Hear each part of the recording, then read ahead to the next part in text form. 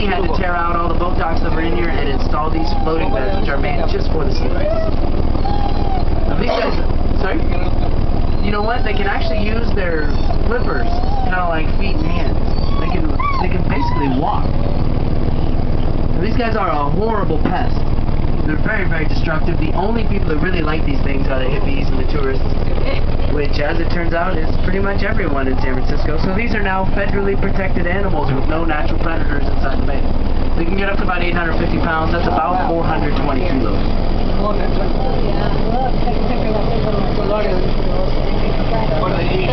Fish. They're completely wild animals. If you look on the right-hand side of the boat, you'll see Forbes Island. Now this is a really interesting piece of San Francisco history. It's a man-made floating island. The entire island actually floats. It's built on top of a concrete barge. So if you look close, you should see the whole island rocking up and down, side to side, back and forth. Because it floats. Right. Is everyone hearing me say the island floats? Okay, you're just not that impressed. Okay, that's fine. I got more. You see that little house on the left side? Stay with me, guys. It's only 30 minutes. You guys see the house on the left side? Yeah. Good. Okay, there's a propeller on the left side of that house with a rope tied around the base of it. You could drop that propeller in the water and boom, this whole island becomes a boat. Oh, now we're getting somewhere, huh? Okay, good. Yeah, you could drive the whole thing away, palm trees and all. And when Forbes lived on this island as his floating mansion out in the middle of the bay for almost 10 years, he didn't live on top. See the portholes in the rocks? Those are in the ceiling of the living space. So you can see from the boat that he lived underwater, inside his floating island, along with his underwater fireplace and underwater portholes in the walls. Now the island operates as a restaurant. The food here is excellent. It's all California French cuisine. It's one of the most romantic restaurants in San Francisco. You eat dinner underwater in his old living room. Roses on every table. It's all candlelit. In fact, if you're not in love with the person you're having dinner with beforehand, you will be by the end of it, so you have to be very careful what you take with you here. The only problem with this place, it's a little bit expensive, about $30 a plate. So it's a little bit high for my budget, but this is what I'm saving all of my tips for at the dinner Forbes Island. I'm also looking for a date to take with me. If you know anybody, send them on over to Gate C, okay? Alright guys, so wave goodbye to the sea lions.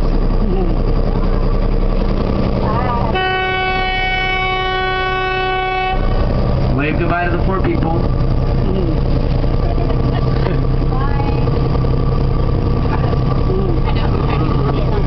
It's only $10. That's our low budget marketing program there. Obviously very effective. Let's talk about this bridge out here. This one's called the Golden Gate Bridge. Golden Gate Bridge is normally buried in the fog. We'll go days on it without seeing that bridge at all. We always say a typical view of the Golden Gate Bridge is no view of the Golden Gate Bridge. It's also become a real popular place to jump off of. We get on average about 2 suicides a month off the Golden Gate Bridge. Golden Gate Bridge is closing this weekend? I didn't hear that. Oh yeah. You know what that is? That for pedestrians or is that for cars? Interesting. The only news I've heard on the Golden Gate Bridge is that they're going to start charging pedestrians and bicyclists to cross the bridge. A toll. That's the only thing I can think of that maybe they're installing some sort of system for doing that. That's going to be a tragedy. Yeah.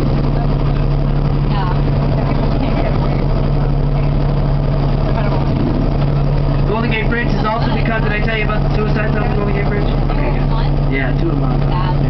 That ship up ahead of us is called the Jeremiah O'Brien. These were produced in mass quantities during World War II. We call these the 90-day Liberty ships because it only took them 90 days to build these. If you were to walk through the engine room of this vessel, you might recognize it. They filmed a really famous Hollywood movie inside it. I'll give you a hint. It was in a big budget movie. The boat sinks in the end. Celine Dion makes you want to throw up now. Titanic, that's right. Engine room scenes from the Titanic were shot inside the engine room of the Jeremiah O'Brien. To the left of it, you'll see a U.S. submarine from World War II. This submarine carried a crew of 80 men for 3 months with no showers. Also had his time in Hollywood. Anybody see the movie Down Periscope with Kelsey Grammer? It wasn't very good, but this is where they filmed it, was in this submarine. It's on Netflix. Both of these vessels are open and available for tour out of Fisherman's Wharf, Pier 43. Who got my question right about the Titanic?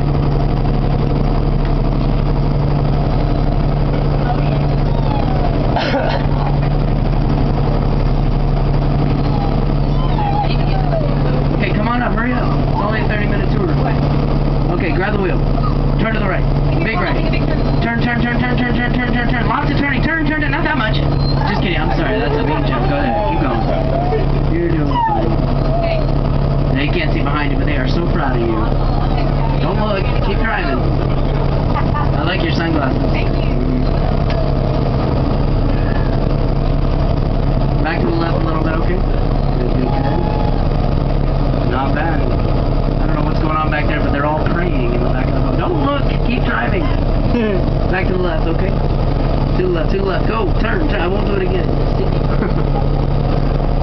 All right. What's your name? Captain Alex. Give her a round of applause. She just got a new Facebook profile picture. Thank you, Captain. Thank you very much. Next, give one of you guys a new picture here. Come on up. Neither one. Boy, you guys have a lot of fun. All right. Let's get one of you guys up here. Hold on, let me get my hair down. You gotta make this look good. You gotta hold her.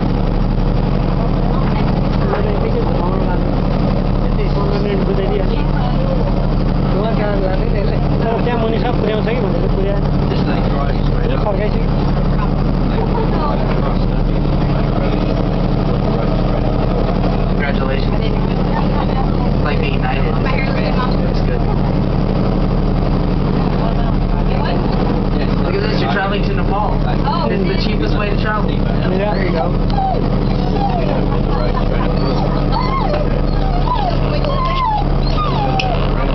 We're gonna go aim us for the center of that island over there, okay, Captain?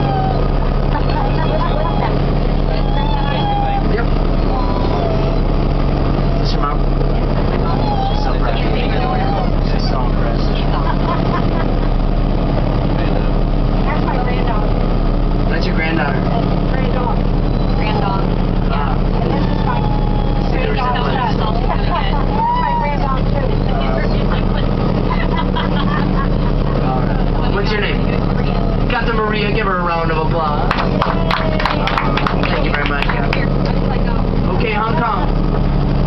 Oh, come on. What about you? What are you doing? You're short matches. I got a license. You got it. I know how to drive. No?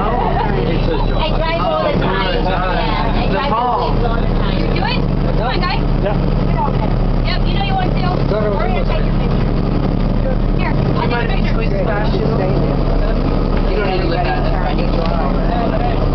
Like, show her how to work. I got it.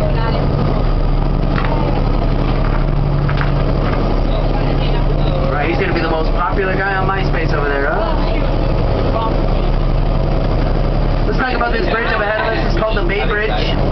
It cuts through that island and out the other side. If you look on the left side of the island, you'll actually see two bridges. The really ugly bridge on the left, that's the one that collapsed during the 1989 earthquake. Now that we're not driving on that old bridge anymore, they're taking it apart and sending it to China for materials. Then once China gets a hold of it, they'll send it right back to us in toys, cell phones, and other products that we'll be buying back from them. Right? Okay, do one more. Peace sign. Peace. Oh, shoot, hold on. Do now. A little bit to the right, okay, Captain? A little bit this way. Turn, no, not your body, but wheel. There you go. Good. What's your name? Captain Umes. Give him a round of applause. Thank you very much, Captain. Well done. Thank you. New York, come on up.